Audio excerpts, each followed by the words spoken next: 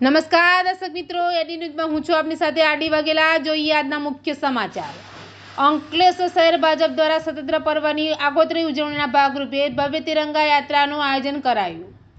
અંકલેશ્વર શહેર ભાજપ દ્વારા સ્વતંત્રતા પર્વની આગોતરી ઉજવણીના ભાગરૂપે ધારાસભ્ય ઈશ્વરસિંહ પટેલની અધ્યક્ષતા હેઠળ ભવ્ય તિરંગા યાત્રાનું આયોજન કરવામાં આવ્યું હતું। આ તિરંગા યાત્રામાં ભાજપના કાર્યકરો અને શહેરીજનો જોડાયા હતા। સ્વતંત્રતા પર્વની ઉજવણીમાં ભાગરૂપે અંકલેશ્વર શહેર ભાજપ દ્વારા શહેરમાં તિરંગા યાત્રાનું આયોજન કરવામાં આવ્યું હતું। આ તિરંગા યાત્રામાં ધારાસભ્ય ઈશ્વરસિંહ પટેલ ઉપસ્થિત રહ્યા હતા। શહેરના ચોટાનાકા પાસેના મેઘના આર્કેડથી નીકળેલી ભવ્ય તિરંગા યાત્રામાં ભાજપના હોદ્દેદારો, નગરપાલિકાના સભ્યો સહિત ભાજપના કાર્યકરો અને મોટી સંખ્યામાં શહેરીજનો હાથમાં તિરંગો લઈ જોડાયા હતા। આ તિરંગા યાત્રા ચોટા બજાર થઈ જવાહર બાગ ખાતે પહોંચીને સમાપન કરવામાં આવી હતી। તિરંગા યાત્રા દરમિયાન શહેરમાં દેશપ્રેમનો જુસ્સો છલકાતો નજરે જોવા મળ્યો હતો। આ પ્રસંગે શહેર ભાજપના પ્રમુખ ધર્મેન્દ્ર પુષ્કણા, નગરપાલિકાના પ્રમુખ લલિતાબેન રાજપુરોહિત સહિતના આગેવાનો ઉપસ્થિત રહ્યા હતા। એડીન્યૂઝ સાથે રિપોર્ટર જયેશ પ્રજાપતિ, અંકલેશ્વર।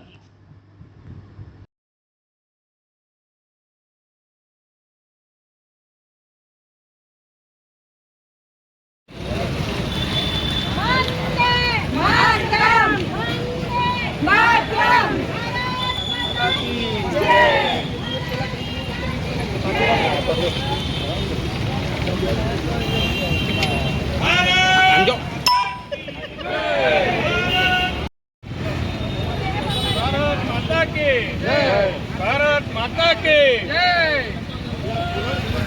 जय वंदे मातरम, वंदे मातरम, वंदे भारत माता की भारत माता की। અગર સ્વતંત્ર પર્વ આવી રહ્યું ત્યારે એ નિમિત્તે સમગ્ર દેશની અંદર હર ઘર તિરંગા, દરેક વ્યક્તિના ઘરે ઘર તિરંગો લહેરાય એ પ્રકારનું જ્યારે આપણા આદરણીય પ્રધાનમંત્રી શ્રી નરેન્દ્ર મોદી સાહેબે જે પ્રકારે સમગ્ર દેશની અંદર આ તિરંગા યાત્રા નીકળી રહી છે એ અનુસંધાનમાં આજે અંકલેશ્વર વિધાનસભાની અંદર, અંકલેશ્વર શહેરની અંદરથી પણ આજે આ તિરંગા યાત્રા નીકળી રહી છે ત્યારે જે રીતે શહીદોએ જે આપણા આઝાદી સમયે જે શહીદો થયા હતા એ શહીદોને પર સન્માનપૂર્વક માન મળે અને શહીદોને પર આપણે નમન કરીએ છીએ કે જે પ્રકારે એમણે પોતે જે આજથી 75 વર્ષ પહેલાં આ આઝાદી મેળવવા માટે અનેક નામે અનામે લોકોએ જે શહીદી વહોરી છે એ તમામને નતમસ્તકે નમન કરીએ છીએ। આજે અંકલેશ્વર શહેરની અંદર આ કાર્યકર્તા દ્વારા આજે અહીંયા તિરંગા યાત્રાનું આયોજન કરવામાં આવ્યું છે અને સમગ્ર દેશની અંદર જ્યારે આ આયોજન થઈ રહ્યું ત્યારે આ જે પ્રકારનું આયોજન છે લોકોની અંદર પણ જે 75 વર્ષ જે નવા